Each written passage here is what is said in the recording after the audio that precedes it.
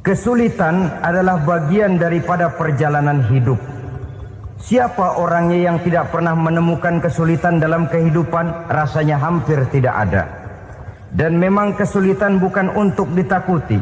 Kesulitan justru untuk diatasi, dicarikan jalan keluarnya. Begitulah suami istri yang bertujuan mencari ridho Allah. Manakala suami berada dalam kesulitan, istri mencarikan jalan keluar atau berusaha memberikan jalan keluar. Sebaliknya, manakala istri dalam kesulitan, suami bisa mencarikan jalan keluarnya. Sabar dalam menghadapi segala macam kesulitan. Dalam surah Luqman ayat 17, Allah Subhanahu wa taala berfirman, "Wasbir 'ala ma asabak. Inna dzalika min azmil umur." Dan bersabarlah terhadap apapun yang menimpa kamu. Bersabarlah terhadap segala kesulitan yang kamu hadapi, karena sesungguhnya yang demikian itu merupakan sebagian dari perkara-perkara yang telah ditetapkan oleh Allah Subhanahu wa taala. Saudara-saudara kaum muslimin yang berbahagia, kunci sabar sesungguhnya terletak pada keyakinan bahwa segala sesuatu berasal dari Allah dan segalanya akan kembali kepada Allah Subhanahu wa taala. Rumah tangga yang sabar di dalam menghadapi kesulitan-kesulitan biasanya akan lebih mudah mencari jalan keluar. Tapi kalau sedikit kesulitan datang, kita tertimpa oleh kepanikan, oleh kegelisahan, dan oleh ketakutan yang tidak beralasan, maka kesulitan itu bukan saja tidak dapat diatasi, malah rasanya akan menjadi semakin besar di dalam kehidupan kita. Tidak ada rumah tangga yang tidak pernah berhadapan dengan kesulitan, bagaimanapun besarnya rumah tangga itu. Itulah sebabnya kita memerlukan orang lain. Hidup berumah tangga itu seperti orang punya mata. Kalau mata kita kelilipan, kalau mata orang lain kelilipan, gampang kita tiup. Tapi kalau mata kita sendiri yang kena kelilipan, tentu kita memerlukan orang lain untuk meniupnya. Oleh karenanya, suami istri harus saling mencarikan jalan keluarnya. Walaupun kerjanya berbeda, suaminya pergi mencari nafkah, istrinya berdoa di rumah. Kalau perlu melakukan sholat duha, mendoakan agar usaha suaminya dimudahkan, dan begitu selanjutnya. Sehingga dengan adanya kebersamaan, walaupun tidak selalu bersama-sama, maka masing-masing melaksanakan tugas dengan tenang dan merasa yang satu berbuat untuk kepentingan yang lain. Inilah cirinya yang kedua, sabar bila mendapat dan berhadapan dengan segala macam kesulitan. Kadang orang mendapat kesulitan itu berkeluh kesah. Bukan berkeluh kesah, tapi mencari jalan keluar dan mengambil hikmah yang ada di dalamnya apa. Karena bukan kemudahan, kesulitan yang membuat orang dewasa. Bukan kemudahan, tapi kesulitan yang membuat orang berpikir, dinamis, kreatif. Kalau seluruh jalan yang kita tempuh mudah saja, gampang saja, rasanya monoton kita ini.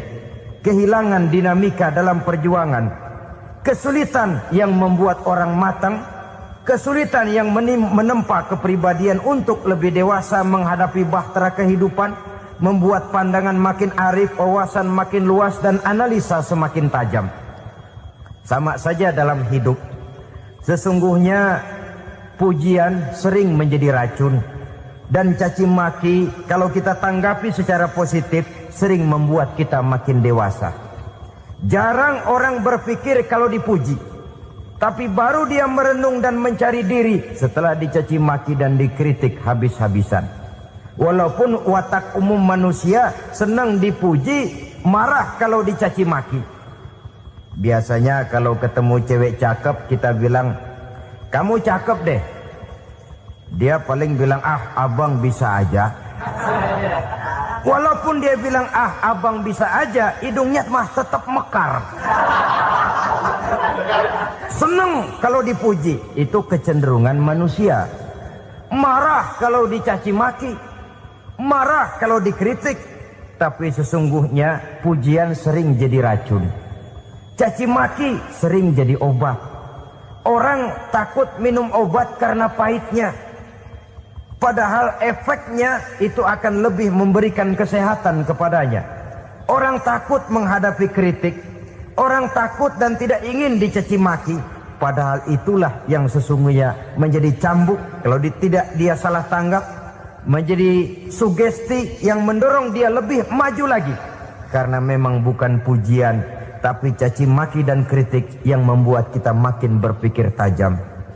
Jadi rumah tangga yang berhadapan dengan kesulitan demi kesulitan, biasanya kalau ditanggapi dengan sabar akan makin mengokohkan fondasi rumah tangga itu sendiri.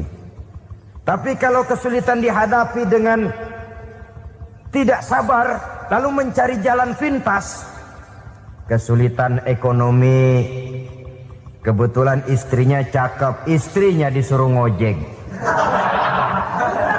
Dah lu ngojek aja deh, gua nungguin setoran dah. Suami tapak di rumah.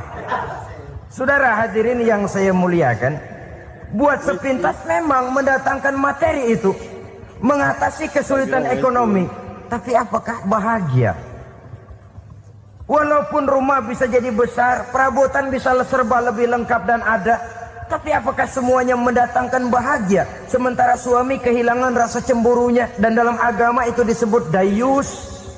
Dayus, suami yang tidak punya rasa cemburu kepada istrinya. Dan orang dayus kayak begitu haram mendapat bau sorga. Bau sorga saja tidak dapat, apalagi masuk ke dalamnya. Ya tapi juga jangan lantas mentang-mentang harus cemburu sama istri, overacting. Suaminya nawar sayuran, laki pulang ngomel, lu pacaran ya sama tukang sayur. Itu juga over, saudara-saudara. Kesulitan ekonomi diatasi dengan sabar. Sabar dalam arti berusaha dengan tidak mengambil jalan pintas, berusaha tetap berada di jalan yang diridhoi oleh Allah. Ini yang jadi problema ini rumah tangga sekarang ini, kesulitan ekonomi, di mana lapangan kerja sulit, di mana persaingan hidup tajam, sedangkan kita hidup ingin seperti orang lain. Kita mudah gelap mata, mudah picik pandangan, mudah sulit pertimbangan, lalu mengambil jalan pintas. Kadang menjual akidah, menjual keimanan. Kebetulan penderingan kering, ada yang nawarin beras 3 liter sama Supermi 2 bungkus. Hari Minggu diajak ke gereja mau. Itu iman kena beras 3 liter telap. Kesulitan ekonomi, saudara-saudara. Sehingga Imam Ali pernah berkata, kadal fakru ayyakuna kufran. Kemiskinan memang mudah membawa orang kepada kekafiran, kepada perbuatan-perbuatan yang bisa mengundang kekafiran. Oleh karena itu dalam tamsil lain beliau berkata, kalau ada ular dan ada kemiskinan, kemiskinan yang saya getok lebih dulu, kemiskinan yang saya bunuh lebih dahulu. Karena kemiskinan mudah membawa orang kepada kekufuran. Bagaimanapun sulitnya ekonomi yang dihadapi dalam rumah tangga, percayalah satu saat jalan keluarnya mesti ada. Mesti ada. Jangan sampai mengambil jalan pintas yang membuat kita keluar dari jalan yang ditinjau dari segi kemasyarakatan pun mendatangkan aib, ditinjau dari kehormatan berkeluarga pun mendatangkan nista, ditinjau dari segi ekonomi pun barangkali tidak akan mendatangkan kelimpahan materi. Jalan pintas pada umumnya, saudara-saudara, hanya memberikan kenikmatan yang sekejap. Dan apalah itu artinya kalau harus mengorbankan kesenangan yang abadi dan kekal. Kadang-kadang mengorbankan anaknya sendiri, anaknya dikomersilkan. Pokoknya siapa yang nyamper lu berangkat aja dah. Asal pulang nenteng pisang sama jeruk sebongsang, orang tua udah anteng aja udah. Saudara hadirin yang saya muliakan, setiap kita selalu berhadapan dengan kesulitan. Karena itu rumah tangga yang bertujuan mencapai mardhatillah, mereka sabar dalam menghadapi kesulitan. Tidak ada beras, puasa saja, puasa sunnah. Puasa sunnah. lapar tapi ada pahalanya, daripada tidak puasa lalu ngegerundel. Brengsek Tuhan, gue sembahyang melulu lapar juga, sudah lapar tidak berpahala. Bukankah Rasulullah sendiri kalau pulang ke rumah Aisyah lalu berkata, ya Humairah, ada makanan hari ini? Ada makanan yang enggak ada bang. Alhamdulillah kalau begitu saya puasa. Pulang dari mana-mana perut lapar mau makan tidak ada makanan, bukan marah, bukan ngamuk, puasa. Maka boleh puasa sunnah, niatnya udah siang, jam 10, jam 11, asal dari pagi belum makan apa-apa. Niatnya jam 10, sah, dengan catatan dari pagi belum makan apa-apa. Jangan sudah sepiring setengah baru niat, itu lain. Itu ngojek namanya itu. Pengertian dalam kesulitan. Satu malam beliau pulang dari masjid agak larut. Habis ngajar banyak yang bertanya, ketuk pintu, Assalamualaikum, Assalamualaikum. 3 kali beliau memberi salam, tidak ada jawaban, tidak dibukakan pintu. Rupanya istri beliau lelah bekerja di waktu siang, tidurnya pules benar. Marahkah Rasul? Tidak, beliau gelar sorban, tidur di depan pintu.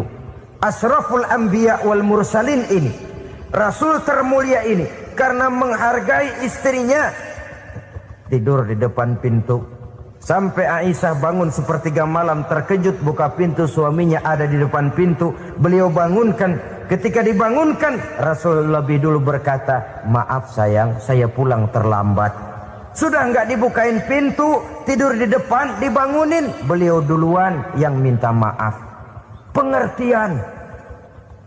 Kalau emosi, memang nggak dibukain pintu, tidur di depan. Begitu dibukain, yang enak kita tunjuk jidatnya.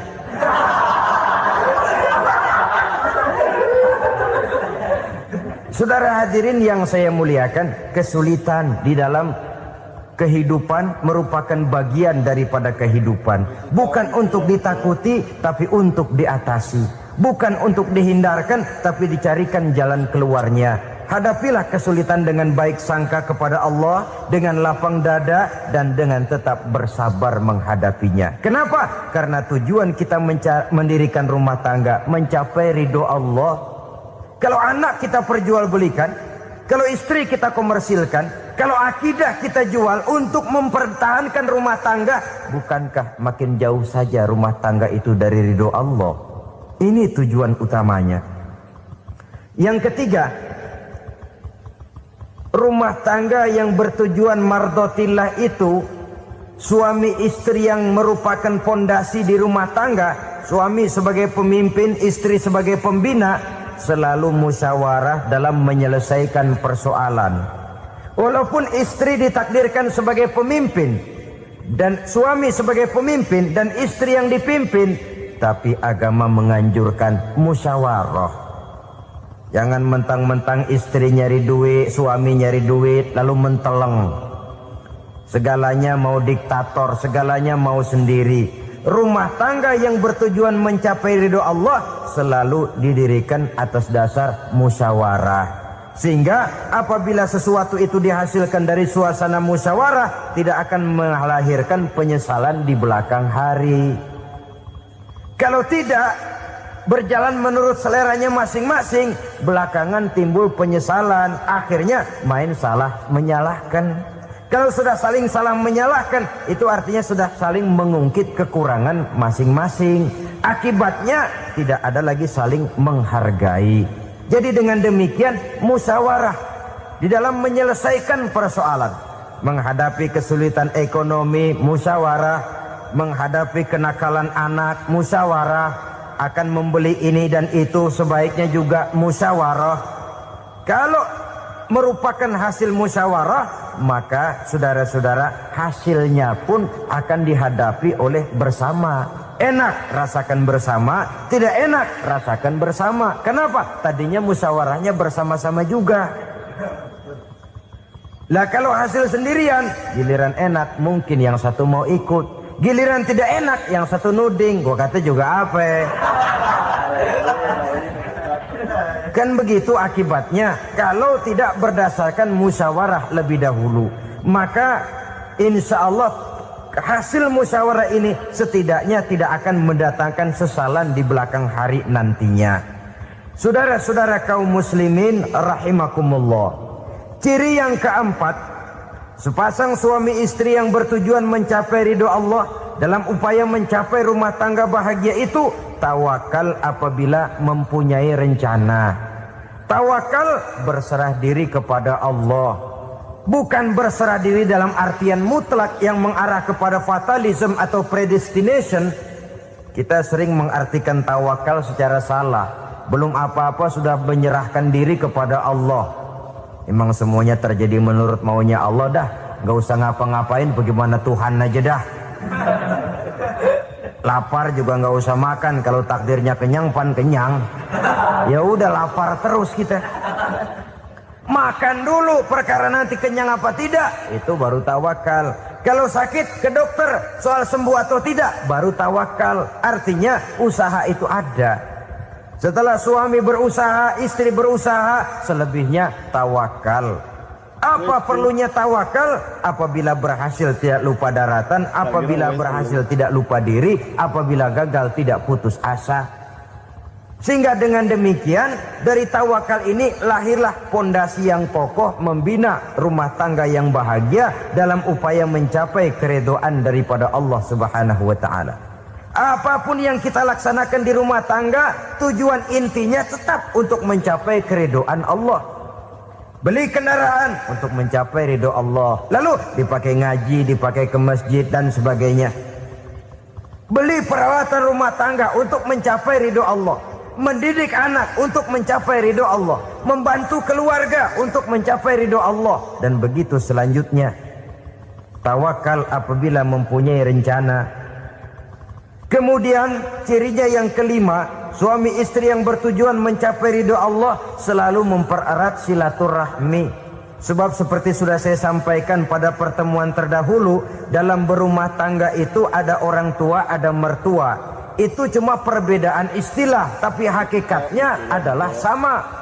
Jangan karena perbedaan istilah lalu menyebabkan kita berbeda sikap. Kalau sudah berbeda sikap, tentu akan melahirkan perasaan yang tidak simpatik. Sebaiknya suami istri kalau sudah berumah tangga, jadikanlah orang tua tempat cerita yang enak saja. Yang tidak enak telan berdua, yang pahit rasakan berdua. Kesusahan dan kesulitan atasi berdua. Giliran enak ngomong sama orang tua, giliran senang cerita sama mertua. Sekarang kan kita balik. Kalau lagi senang duitnya banyak, anteng di rumah, kalem aja. Tapi lalu waktu susah, waktu susah, cerita kepada orang tuanya, cerita kepada mertuanya. Lalu kapan kita mau menyenangkan orang tua? Sudahlah mereka susah mendidik kita di waktu kecil, membesarkan kita, melakukan segala macam pengorbanan. Demi setelah kita berumah tangga, kesulitan rumah tangga kita tumpahkan juga kepada mereka. Pererat silaturahmi dan usahakan agar seluruh keluarga hanya menjadi tempat kita cerita yang enak-enak saja. Istilah sehari-harinya, kalau di rumah kita makan sama sayur bayam, keluar rumah diem, malah seluitan. Tetangga tanya, lu makan kayaknya enak banget apa sih? Daging ayam.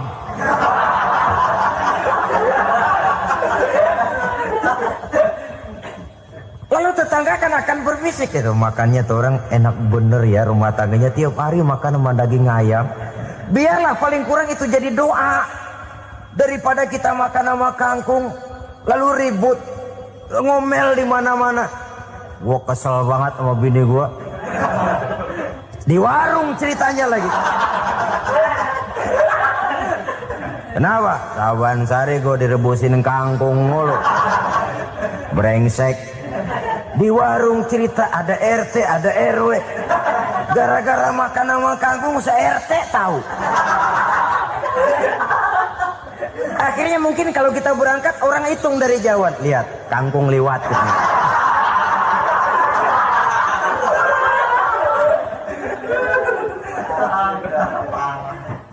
bisa menjaga yang disebut security informasi, rahasia rumah tangga. Bahkan pernah saya berikan contoh karena ingin menghargai.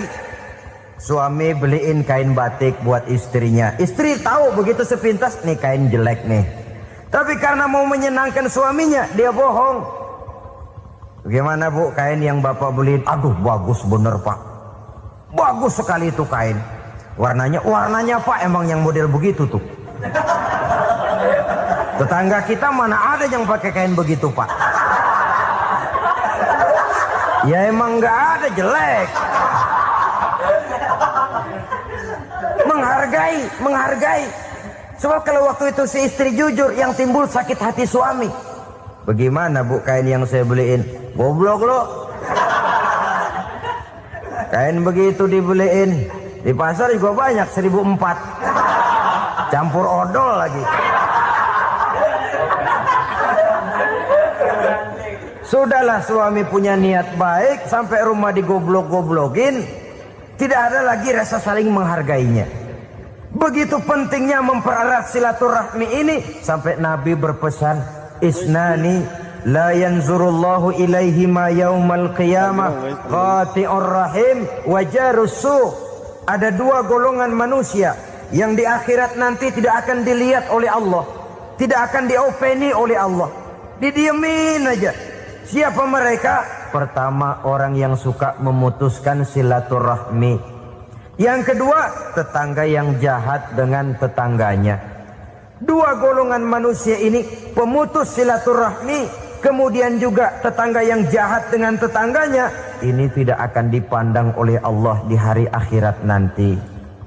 Jadi pererat silaturahmi, sebab kita ini zon politikan, makhluk yang bermasyarakat, yang tidak bisa hidup sendirian. Setiap kita memerlukan orang lain. Kita disebut kaya karena ada yang miskin. Kita disebut alim karena ada yang awam. Kita disebut berkuasa karena ada rakyat jelata. Tanpa rakyat tidak ada penguasa. Tanpa yang miskin tidak ada orang kaya. Kalau tidak ada yang jelek, siapa yang bilang cakep? Karena ngimbangi. Saudara hadirin, atas dasar ini mestinya kita selalu bersyukur dalam segala posisi. Tidak lalu salah terima kepada karunia yang diberikan Allah kepada kita. Saudara hadirin yang saya hormati, pererat silaturahmi, jadikan orang-orang tua kita tempat kita cerita yang enak-enak saja. Yang tidak enak, telan sendiri, usahakan sendiri, carikan jalan keluarnya sendiri. Setidaknya, ya diam sajalah. Kalau belum bisa membalas budi baik orang tua, setidaknya jangan menyakiti hati orang tua kita. Sudah lelah dan payah dia mengasuh kita, membesarkan kita, merawat kita. Demi setelah kita berumah tangga, seluruh kesulitan kita bawa lagi kepadanya. Karena itu buat para istri juga ini perhatian. Kalau dimarahi suami, jangan cepat-cepat pulang ke rumah orang tuanya. Nggak boleh diomelin dikit, main buntal aja. Gua pulang dah. Pulang. Sampai sana cerita habis-habisan, dikucek kejelekan suaminya. Nanti 2-3 hari balik aja lagi. Kan nggak lucu jadinya. Saudara hadirin, begitu juga suami. Mencaci maki habis istrinya, 2-3 hari bayar aja lagi. Konyol, istrinya sudah dicaci maki habis-habisan, dijeleki leluhur-leluhurnya, 2-3 hari baik lagi. Mesraan lagi. Kata bininya dalam hati, gua lu jelekin juga, lu pakai juga, payah.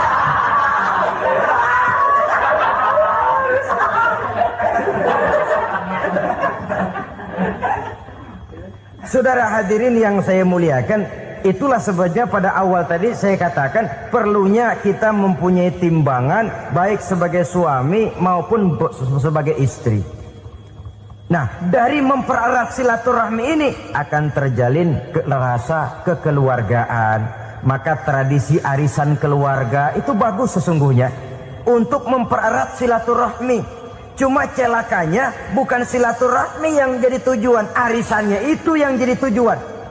Akibatnya apa? Kalau belum narik mah semangat banget datang dah. Begitu udah narik aja udahan. Itu celakanya. Akhirnya silaturahminya jadi nomor 2, arisan semata-mata yang menjadi tujuan. Sesungguhnya itu bagus untuk mempererat silaturahmi.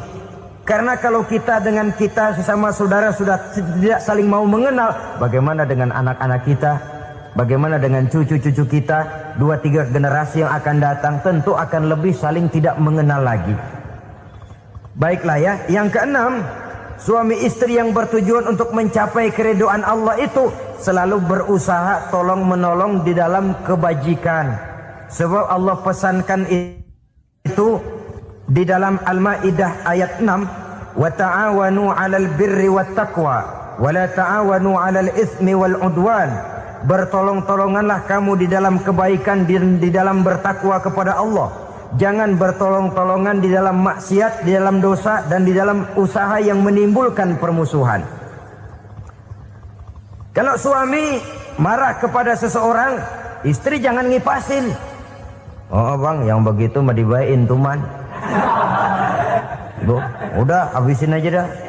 Anak-anaknya marahin sekalian. Ngipasin. Istri kesel sama tetangganya, suami ngipasin.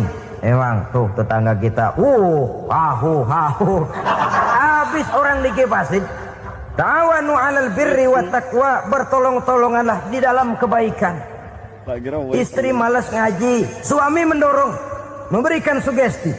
Suami malas berusaha, istri memberikan sugesti. Saling tolong menolong di dalam kebaikan dan takwa, dan jangan tolong menolong dalam dosa dan permusuhan. Kata suami, Bu, daripada kita melarat terus hidup, kita piara tuyul yuk. Kata istrinya, nah ini sudah menyimpang bang. Bersabarlah, bagaimanapun insya Allah kita tidak akan mati kelaparan.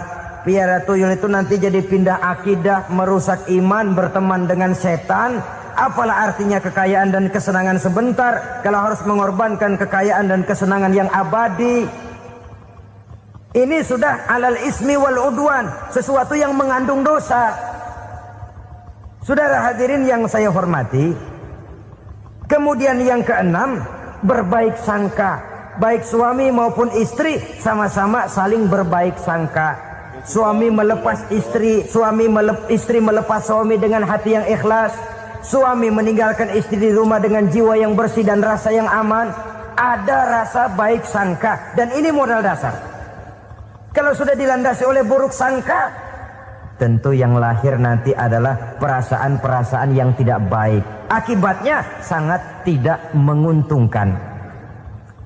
Inilah beberapa ciri dari rumah tangga yang didirikan atas dasar mardhatillah, mencapai keridhaan dari Allah. Nanti akan menyusul tujuan berikutnya, diantaranya mendapat keturunan, diantaranya lagi mendatangkan gairah untuk lebih berusaha mencari rezeki karena sudah merasa punya tanggung jawab berupa anak dan istri. Mempererat silaturahmi itu cuma tujuan-tujuan sekundernya saja. Tujuan primernya kita melakukan suatu nikah untuk mencapai keridhaan dari Allah Subhanahu wa taala. Silakan punya istri cantik, kaya, tapi tujuan utamanya kita membina rumah tangga untuk mencapai ridho dari Allah. Karena itu dasarnya mawaddatan warahmah. Jangan cuma cinta, tapi juga kasih sayang. Cinta, kecenderungan kepada jasmani akan berakhir, tapi kasih sayang, kecenderungan kepada rohani, makin tua malah makin erat, makin tua malah makin mesra. Sehingga kadang kita menampak kakek-kakek dan nenek-nenek lagunya kayak pengantin baru. Apa cinta-cintaan? Tidak. Bagaimana kakek-kakek sama nenek-nenek harus bilang I love you? Yang masih ada itu waktu itu mawaddah, kasih dan sayang. Itu yang akan kekal, itu yang akan abadi. Tanpa materi orang sulit untuk bahagia, tapi materi semata bukan jaminan orang untuk bahagia. Nah, ciri yang terakhir dari rumah tangga yang bertujuan mencapai ridho Allah, sinar agama kelihatan di dalamnya. Baik suami maupun istri sama-sama orang yang taat melaksanakan ajaran agama. Suami yang bertanggung jawab, ayah yang penuh kasih sayang dengan anak-anaknya, dan di dalam keseluruhannya beliau merupakan uswatun hasanah. Termasuk dalam membina rumah tangga bahagia, contoh kita tidak lain adalah rumah tangga beliau. Bagaimana sih rumah tangga Nabi kita itu? Beliau berkata dalam dua kalimat yang singkat tapi punya pengertian yang sangat luas dan dalam tentang rumah tangganya. Beliau mengatakan, baiti jannati, rumah tanggaku adalah sorga bagiku. Satu cerminan yang merupakan refleksi dari keadaan yang membawa kebahagiaan. Padahal sepanjang sejarah yang kita baca, rumah beliau kecil saja. Sarapan pagi pun cuma seteguk air zam-zam, sepotong roti, kadang-kadang sebutir kurma. Tidurnya di atas kain kasar yang separuh jadi selimut, separuh jadi alas tidur. Tetapi di tengah kondisi yang semacam itu, beliau sanggup berkata, baiti jannati, rumah tanggaku adalah surga bagiku. Kenapa kita yang hidup di zaman sekarang, di mana fasilitas sesungguhnya serba lebih menunjang untuk berkata semacam itu, malah kita berkata sebaliknya, baiti nari, rumahku adalah laksana neraka bagiku. Padahal kalau dilihat, rumahnya pun kadang-kadang bertingkat, kendaraan serba berkilat, uang banyak berlipat-lipat, istri pun tak kurang cantik memikat, kadang-kadang jumlahnya 4. Tapi tiap hari kiamat tidak ada ketenangan dan ketentraman di rumah tangga. Saudara hadirin kaum muslimin rahimakumullah, mengapa Rasul sampai mengatakan baiti jannati, rumahku adalah laksana surga bagiku? Inilah pokok pembicaraan kita pada pertemuan kali ini. Sebagaimana yang kita maklum bahwa nikah dalam pandangan Islam bukan hanya sekedar untuk memenuhi kebutuhan biologis manusiawi, tidak hanya sekedar untuk memperkembangbiakkan keturunan, dan juga tidak pula untuk memperturutkan hawa nafsu. Lebih daripada sekedar itu, nikah dalam pandangan Islam merupakan ibadah. Oleh karena ibadah, maka seluruh tujuan ibadah, apakah dia bernama solat, apakah dia bernama puasa, zakat, sodako, haji dan lain sebagainya, seluruh daripada tujuan ibadah, target utamanya adalah mardhatillah atau keridhaan daripada Allah Subhanahu wa taala. Kalau nikah itu ibadah, maka sesungguhnya tujuan utama dari pelaksanaan suatu pernikahan tidak lain hanya untuk mencari keridhaan dari Allah Subhanahu wa taala. Bukankah kalau kita tanya tiap orang yang melakukan nikah, kenapa sih kamu nikah dengan dia? Jawabannya bisa macam-macam. Yang umum, karena saya cinta dia. Ada yang berkata, karena saya ingin mendapat ketenangan hidup. Ada yang bilang, karena saya ingin hidup teratur. Ada yang mengakui, karena saya ingin dapat keturunan dan lain sebagainya. Tetapi sesungguhnya menurut ajaran agama, kalau nikah merupakan ibadah, jawaban intinya ialah saya melakukan nikah untuk mencari keridhaan dari Allah Subhanahu wa taala. Ini konsekuensinya kalau nikah merupakan bagian daripada ibadah. Rumah tangga yang didirikan atas dasar mencari keridhaan Allah, maka akan diwarnai oleh nilai-nilai luhur daripada ajaran agama. Tanpa harta orang memang sulit untuk bahagia, tapi harta bukan jaminan orang lalu akan bahagia. Harta pada suatu saat akan berakhir, kecantikan akan berkurang, pangkat dan jabatan akan sampai kepada batasnya. Tetapi agama, keyakinan, nilai-nilai iman, itulah pegangan kita yang kekal dan abadi. Sebab itu dalam surah Ar-Rum ayat ke-21 Allah Subhanahu wa taala menjelaskan, "Wa min ayatihi an khalaqalakum min anfusikum azwajan litaskunu ilaiha wa ja'ala bainakum mawaddatan wa rahmah." Dan di antara tanda-tanda kebesaran Allah, dijadikannya bagimu istri-istrimu dari diri kamu sendiri, litaskunu ilaiha, agar kamu bisa hidup tenang bersamanya, wa ja'ala bainakum mawaddata wa rahmah, dan dijadikannya di antara kamu rasa cinta dan kasih sayang.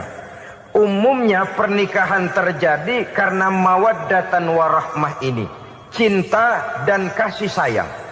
Atas dua dasar itulah rumah tangga didirikan orang.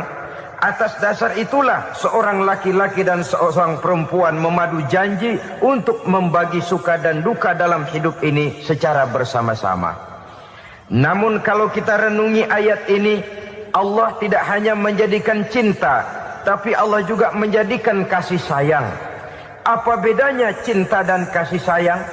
Apa bedanya mawaddatan warahmah ini? Saudara, mawaddah yang artinya cinta, itu sasarannya biasanya adalah jasmani, kecenderungan biologis. Itu akan berakhir. Orang yang mendirikan rumah tangga cuma karena kecenderungan biologis, cuma karena rasa cinta semata-mata, cinta biasanya terkait kepada keindahan. Betul apa benar? Biasanya orang mudah jatuh cinta kepada sesuatu yang punya nilai keindahan. Makanya anak muda jarang yang jatuh cinta sama nenek-nenek. Cinta selalu memandang segi keindahannya. Ini yang namanya mawaddah. Allah tidak mengingkari itu, silakan. Bahwa manusia secara naluri senang kepada serba keindahan, wajar-wajar saja.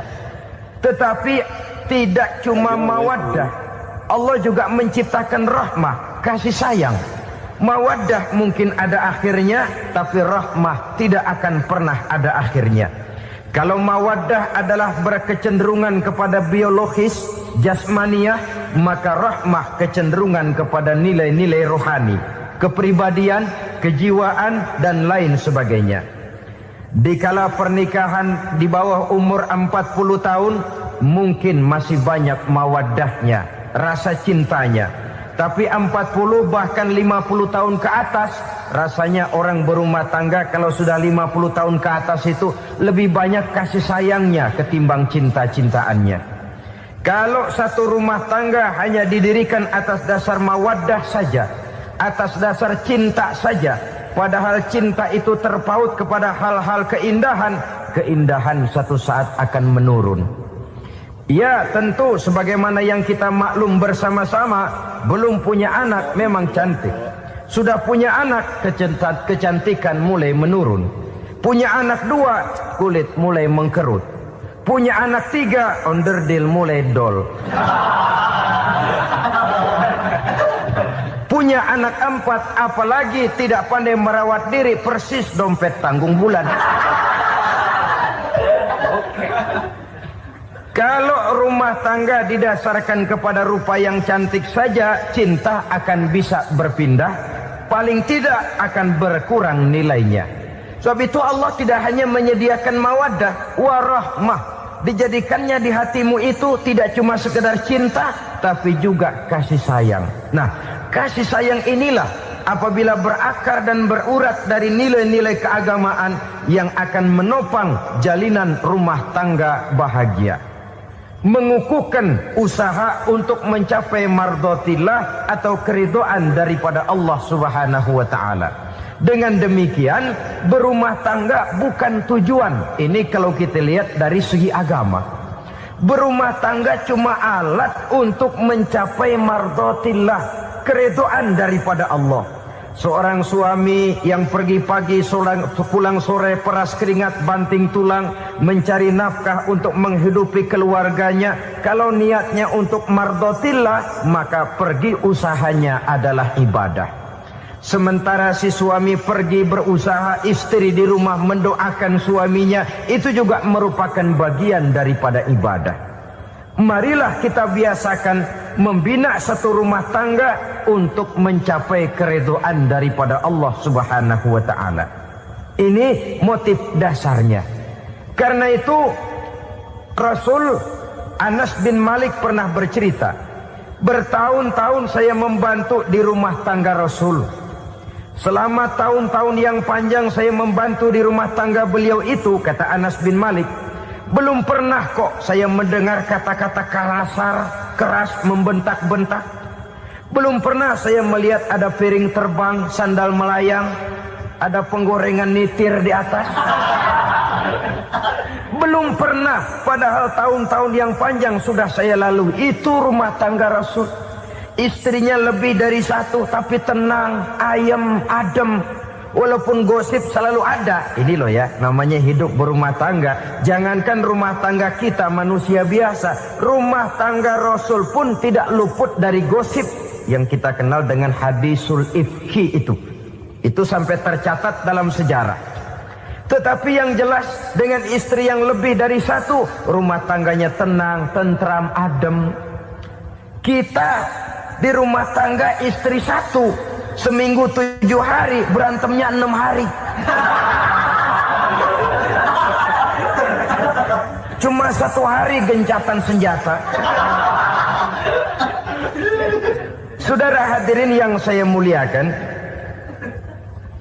kalau tujuan rumah tangga adalah mardotillah, apa ciri dari suami istri yang menegakkan rumah tangga untuk mencapai ridho Allah itu? Pertama, sepasang suami istri yang membina rumah tangga semata-mata untuk mencapai keridhaan Allah, cirinya yang pertama, bersyukur apabila beroleh nikmat. Ini ciri yang pertama. Bersyukur kepada Allah, kepada sesama berterima kasih. Suami berterima kasih kepada istri, bertahun-tahun didampingi hidupnya, dicucinya pakaiannya, dimasaknya makanannya. Tidak istri mengeluh walau hidup lebih banyak kurangnya daripada cukupnya. Suami pandai berterima kasih kepada istrinya. Sementara istri pun bisa berterima kasih kepada suaminya. Bertahun-tahun suami peras keringat, banting tulang mencari nafkah, menjadi palang dada terdepan apabila ada masalah-masalah yang besar.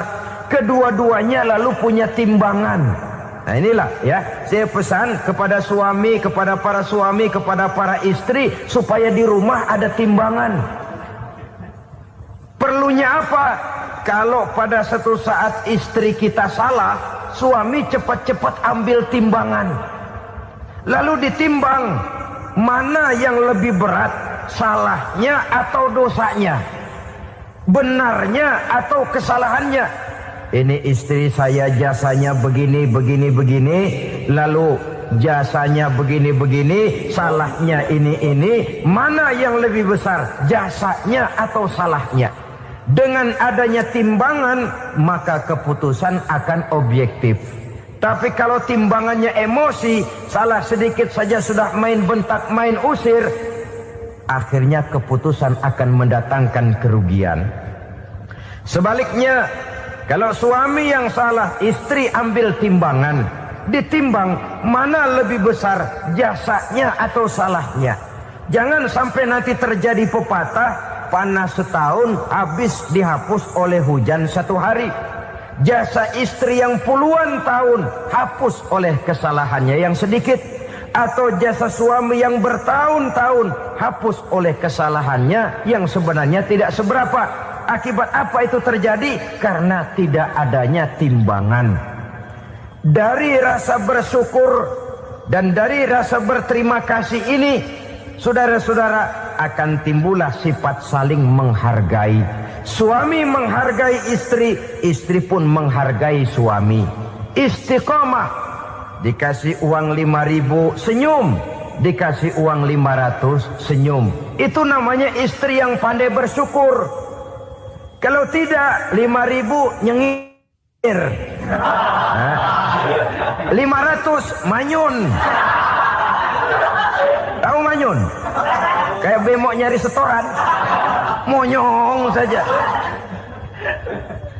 Ada sikap istiqomah di dalam membina kehidupan berumah tangga ini. Lalu mengerti posisi suami, ini termasuk tanda berterima kasih.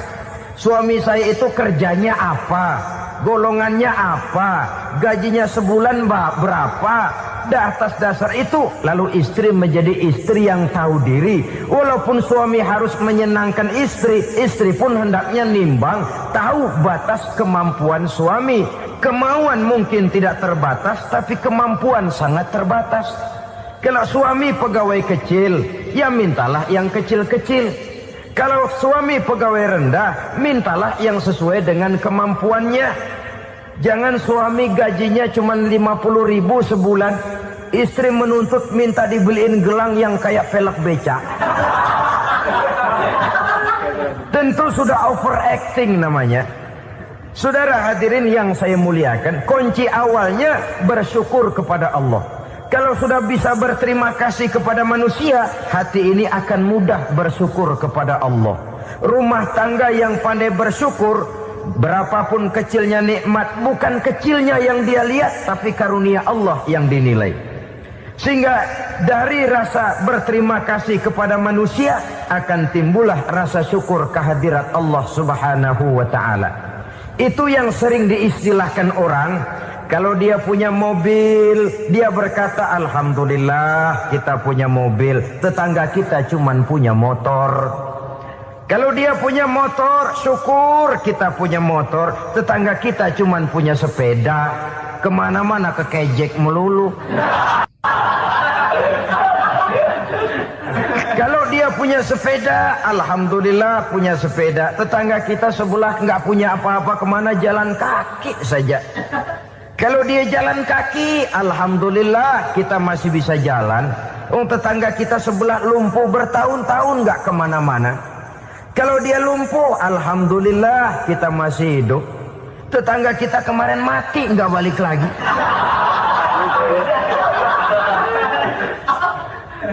Lalu akan timbul rasa syukur.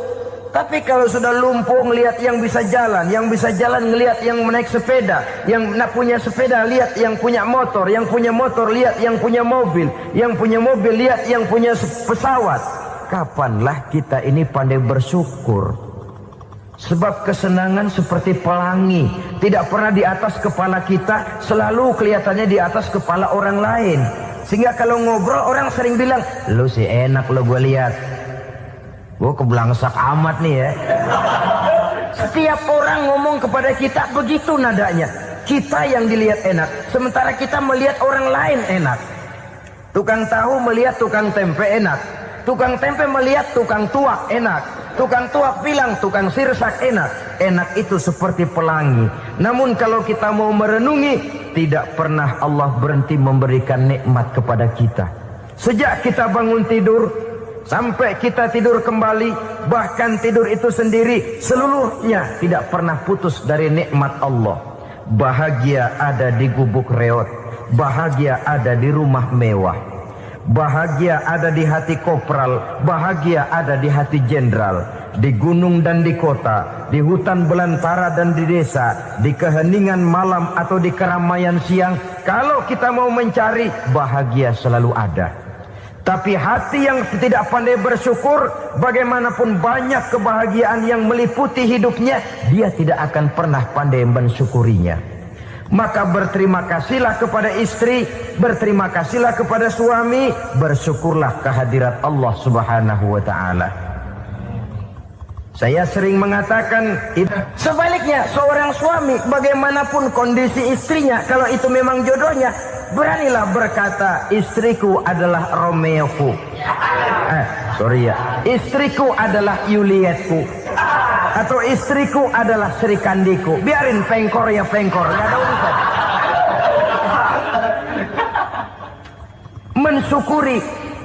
Kalau tidak mensyukuri, yang timbul lalu sesalan. Kalau sudah sesalan, mudah umpat mengumpat, caci mencaci dalam rumah tangga, lalu terjadilah kegaduhan. Ketenangan sulit kalau sudah tidak ada unsur saling menghargai itu. Lebih celaka lagi kalau sudah mengarah kepada penyesalan. Kata istrinya, bang gue nyesel kawin sama lu. Suami digituin mungkin gede kepalanya. Kalau lu nyesel apalagi gua, makin nyesel. Iya, coba pikir bertahun-tahun kita berumah tangga, memangnya abang bisa beliin apa sama saya? Itu juga gerobok kalau nggak ngeridit bang. Kalau nggak ngeridit, memangnya kamu bayar kreditan pakai daun pisang? Saudara hadirin yang saya hormati, ini saya tekankan kepada ibu-ibu karena penyakit perempuan umumnya. Pernah Rasul itu pulang Isra Mi'raj cerita, Saya pulang Isra Mi'raj diperlihatkan neraka. Neraka ya Rasul? Lalu bagaimana? Saya lihat kok isinya kebanyakan perempuan. Perempuan. Laki juga tidak sedikit. Cuma kebanyakan kok perempuan. Apa perempuan tidak sholat ya Rasul? Sholat. Tidak puasa? Puasa. Tidak ngaji? Rajinan dia sama suaminya. Tapi kenapa lebih banyak di sana? Rasul berkata, hunna yakfurnal asir. Penyakit umum dari perempuan tidak pandai berterima kasih kepada suaminya. Ini rupanya penyakit umum dari tahun atu. Saudara hadirin yang saya muliakan, jadi rumah tangga yang didirikan atas dasar mencapai ridho Allah, maka kelihatan dari pasangan suami istri menjadi orang yang pandai bersyukur terhadap nikmat. Bukankah dalam surah Ibrahim ayat 7 Allah berjanji, la in syakartum la azidannakum wa la in kafartum inna azabi lasyadid. Kalau kamu pandai bersyukur, aku tambah nikmatku. Kalau kamu ingkar, tidak mau bersyukur, azabku itu hebat dan pedih. Rumah tangga yang suami istrinya tidak bersyukur disiksa oleh perasaannya sendiri. Tetangganya dapat nikmat, dia yang meriang. Tetangganya dapat kesenangan, dia yang sakit hati. Dia tidak melihat nikmat yang diberikan kepadanya. Nikmat yang orang lain punya aja yang diincar. Nikmat orang lain aja dihitung-hitung. Tangga kita, saya baru habis beli yang sebelah belilir habis beli kukusan. Cuma sekedar kukusan saja. Orang lain beli apa-apa jadi bahan diskusi di rumahnya. Orang lain saja yang diusut. Timbul dendam kesumatnya, timbul hasutnya. Dia tidak bersyukur dengan nikmat yang ada dalam rumah tangganya. Isi rumah tangga semacam itu disiksa oleh perasaan hasutnya sendiri. Jauh dari kebahagiaan, kering hatinya, miskin jiwanya, merana batinnya. Kalau sudah ke sana, jauhlah rumah tangga dari pantulan sinar kebahagiaan. Saudara-saudara, kita lihat rumah tangga Rasul. Dari rumah yang kecil, dari tempat tidur yang syaratnya kain kasar, separuh jadi selimut lagi. Keluar ucapan baiti jannati. Kenapa? Beliau orang yang pandai bersyukur kepada Allah, bisa berterima kasih kepada istri-istrinya, dan istrinya pun pandai berterima kasih kepada Rasul dan bersyukur kehadirat Allah Subhanahu wa taala. Maka nikmat lalu bertambah. Makin kita syukuri nikmat, makin tambah itu. La azidannakum, janji Allah, pasti aku tambah nikmatku kepadamu jikalau kamu pandai mensyukurinya. Tapi kalau kamu ingkar, tidak pandai bersyukur, awas, nikmat bisa berubah menjadi azab kalau kita tidak pandai-pandai mensyukurinya. Jadi cirinya yang pertama, rumah tangga bahagia itu apabila suami istri pandai bersyukur terhadap nikmat yang diberikan oleh Allah Subhanahu wa taala. Satu. Cirinya yang kedua, rumah tangga yang berdasarkan untuk mardotillah, mencapai keredoan Allah, sabar apabila mendapat cobaan. Namanya orang berumah tangga itu persis berlayar di lautan. Suami istri adalah dua orang yang memegang kemudi. Kalau berlayar ombak tenang, angin bertiup sepoi-sepoi basah, lalu bila malam datang bulan bersinar, bintang gemintang gemerlapan, berlayar memang nikmat. Tapi satu saat angin puting beliung bertiup, gelombang menggunung, halilintar menyambar, kemudian petir berkilat. Kalau pada saat itu suami mau ngalor, istri mau ngidul, alamat perahu patah di tengah jalan, kandas di lautan sebelum sampai ke pantai yang akan ditujunya. Oleh karenanya perlu kekompakan. Maka sejak awal seharusnya dalam akan membina rumah tangga yang bahagia, itu lebih baik bicara yang pahit-pahit saja, supaya terjadi kesamaan langkah apabila menghadapi kesulitan dan cobaan. Sabar apabila mendapat cobaan. Rumah tangga seperti kapal di lautan tadi tidak akan sunyi dari hantaman gelombang. Tidak akan sepi dari tiupan angin topan, dari kilatan petir, dari sambaran halilintar. Baik suami, baik istri harus sabar menghadapi kesulitan. Kadang kesulitan dari segi ekonomi, kadang kesulitan dari segi mengarahkan dan mendidik anak-anak, kadang kesulitan karena banyak orang yang hasut dengan kita, kadang kesulitan berbagai macam lah yang menyebabkan kesulitan. Rumah tangga yang bertujuan mencapai ridho Allah sabar menghadapi segala macam kesulitan.